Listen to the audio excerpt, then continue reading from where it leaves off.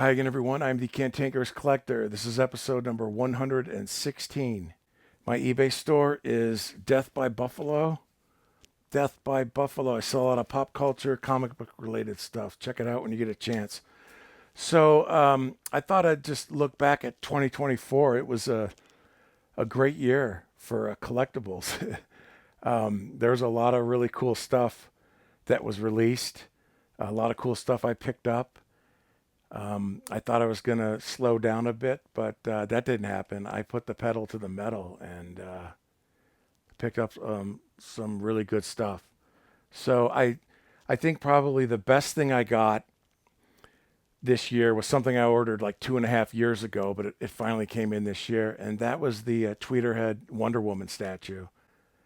I think this is just amazing. It was well worth the wait and is just fantastic.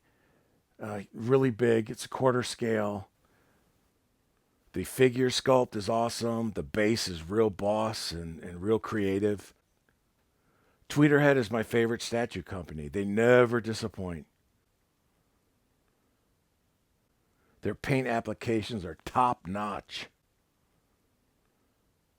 I remember at the time I ordered it, I thought the spear and the battle axe doesn't really fit Wonder Woman's persona, if you will.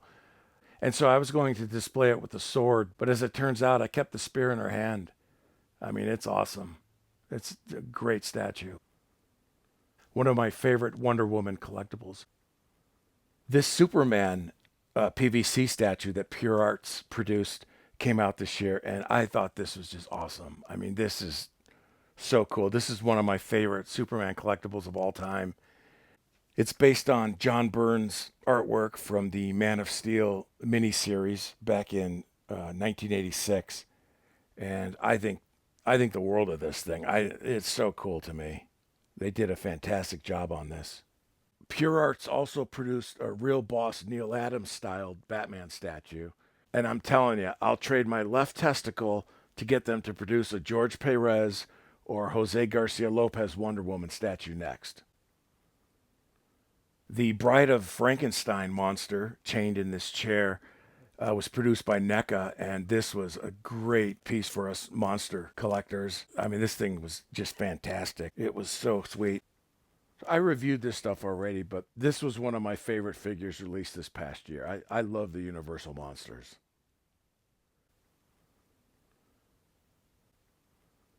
Hasbro's Marvel Legends released a bunch of great classic characters from the 60s and 70s, which is pretty much the decades I collect, including this great Giant Man figure that was crowd-funded back in 2023 but shipped this year. Was an amazing piece of art. I love this. The figure stands 24 inches tall. It has 91 points of articulation, including 29 points in each hand. I use this guy to scratch my back. We also got a great Odin, all powerful, all knowing, the father of Thor and Loki. This was a great deluxe figure that came out. Look at that boss ram horns helmet he sports. Yeah, boy. We got a real sweet figure of Mutant Jean Grey as Phoenix. She is power incarnate. Makes a real nice diorama with the Phoenix in the background.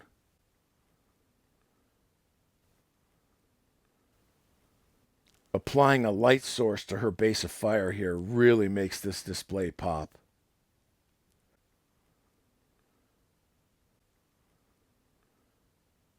We finally got great Kazar and Zebu figures. These are characters that first appeared in 1965. And as you're well aware, these two came from the Savage Land Down Under. Women Glow with Kevin Plunder. I said, "Do you speak of my language?" He just smiled and took me to a town called Panguitch. We got a really cool man thing that I picked up thinking this is a lot better than the one they released decades ago. And it is, except there's a couple of weird things going on. Like, what's up with that rib cage? What does that rib cage do? And are those psilocybin mushrooms growing out of his ankles? What the beep? Of course, they released the She-Hulk this year, which I think is the best She-Hulk they've ever done. That was one of my favorite figures this year. But I think as far as favorite Marvel Legend figure of the year goes, I'd give my vote to Warren Worthington III, the Avenging Angel, bitches. I was so happy with this. It's a great classic character, and I love the wings, and posing it is really cool. So I was really happy with Angel. I got this really cool Star Wars Biker Scout helmet.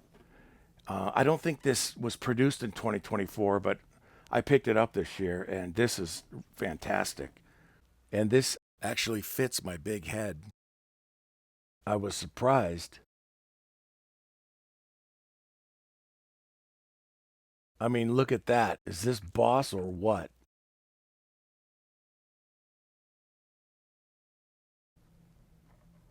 I should have worn this when I met Linda Hamilton this past summer. Yeah, boy. So, as far as Jaws stuff goes, I've showed most of the Jaws stuff I got throughout the year already. But I was at Michael's right after Halloween, and I was checking out, and I turned around and I saw another one of these Jaws candy displays.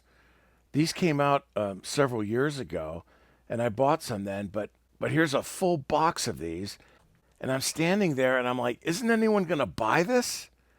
And and I thought, you know what? I'll buy it. It's really hard to pass up this really cool Jaws stuff, but I love this stuff. This is a really cool point of purchase candy display box with embossed tins that contain little pieces of candy shaped like shark teeth.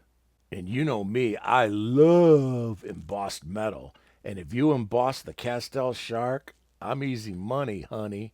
Like I said, I don't know if they're re-releasing this or if was just an old box that they've kept for a few years, but it's hard to pass this stuff when I saw it. I'm like, Jaws!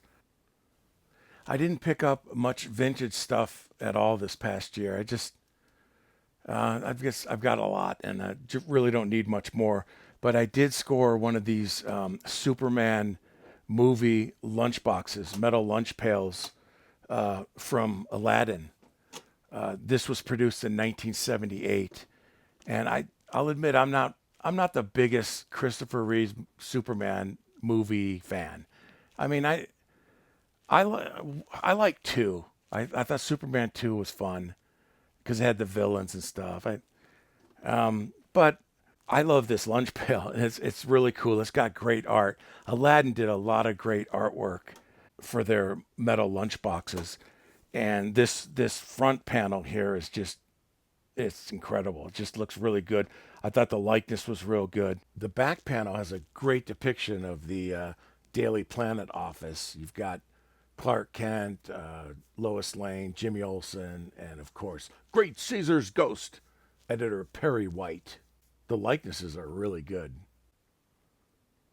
Now, this pail certainly isn't anywhere near mint condition or anything, but it's in really good displayable condition.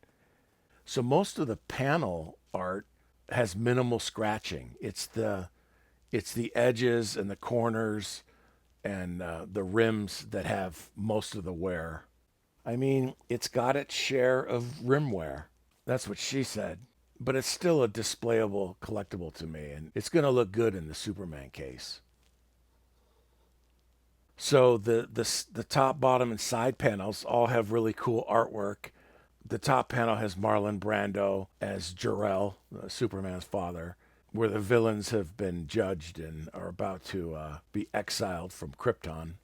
The bottom panel has Jor-El and Lara putting baby Kal-El into the craft and about to send him to our blue planet. And one of the side panels, you got baby Kal-El in the UAP on its way to Earth. And the other side has got toddler Kal-El lifting the tractor trailer. So this is just a real cool, colorful, well-produced collectible from the 70s. All right, that's all I got. I thought 2024 was a decent year for new collectibles, and I added some really cool stuff to my collection. So thanks for watching, and check out my other videos, and I will see you soon.